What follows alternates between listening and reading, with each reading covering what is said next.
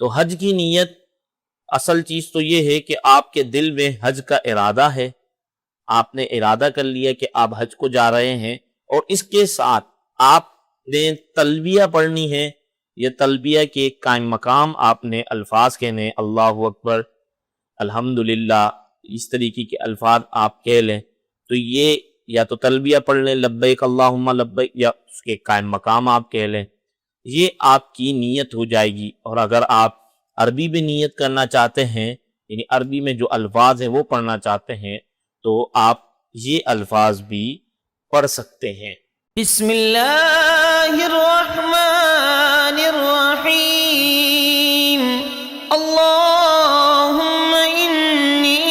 ارید الحج فیسرہ لی وتقبلہ منی وأعنی علیہ وبارک لی فیہ، نویت الحج وأحرمت به للہ تعالی، لبیک اللہم لبیک، لبیک لا شریک لک لبیک، ان الحمد والنعمت لک والملک لا شریک لک، لبیک اللہم لبیک،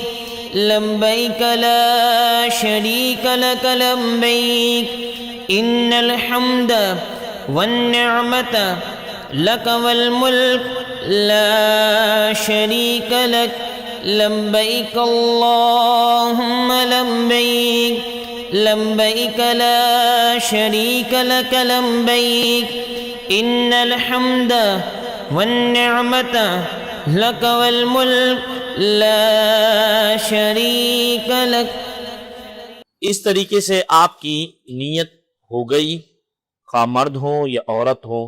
لیکن یاد رکھیے گا اگر آپ نے نیت میں